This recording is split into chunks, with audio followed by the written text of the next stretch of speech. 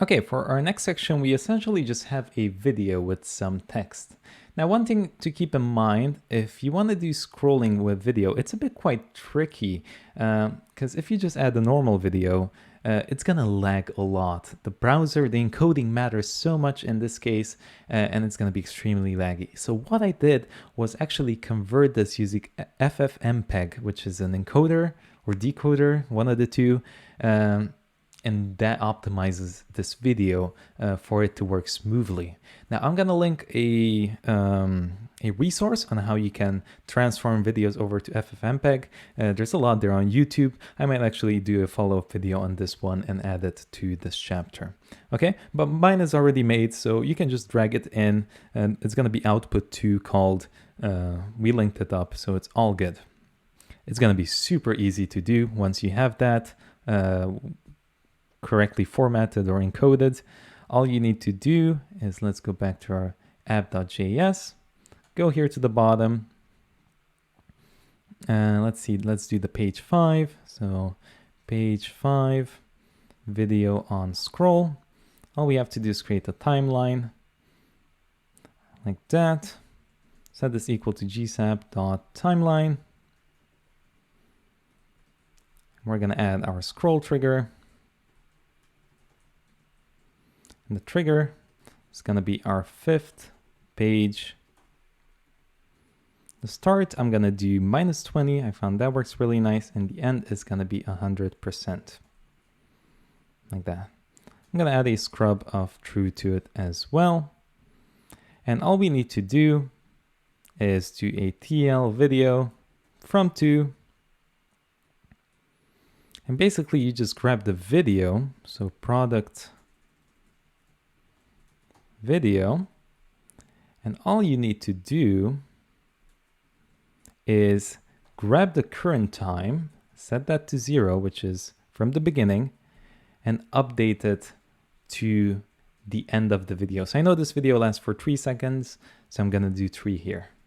And that's it. You just do from 0 to 3. Update the current time on scroll. So let's see if we scroll and nothing's happening. Okay. Let's see why not. Any errors?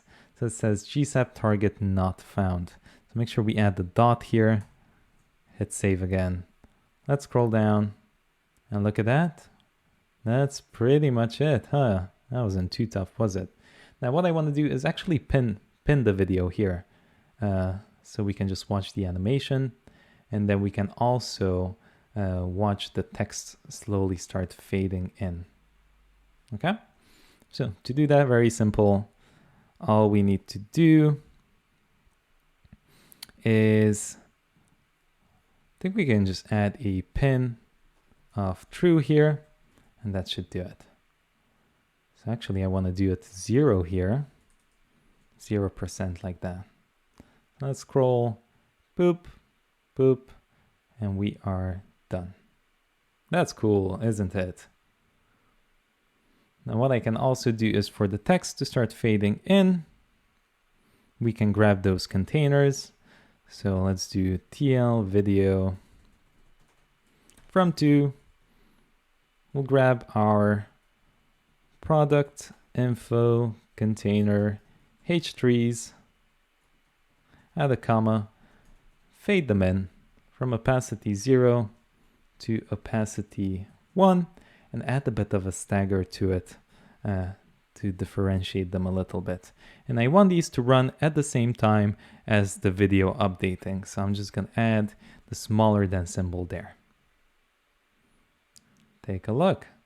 There we go. So scroll, doop, doop, doop, doop, doop, doop. And we are done.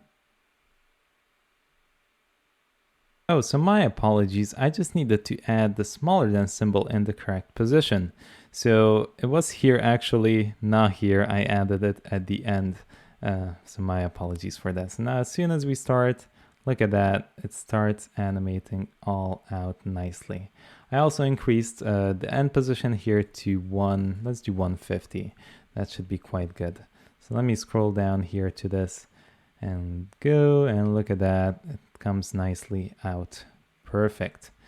Now, one thing you can do is actually mess around with the speed of this. So even though it's 150, if you add different durations, it means that this is going to run twice as fast as this. So if I do duration 1 here and do a duration of 0.5 and hit save, let's go back.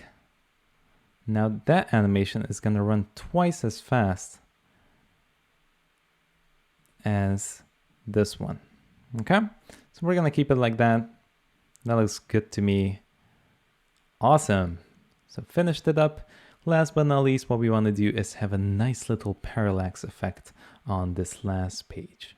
So let's finish that up.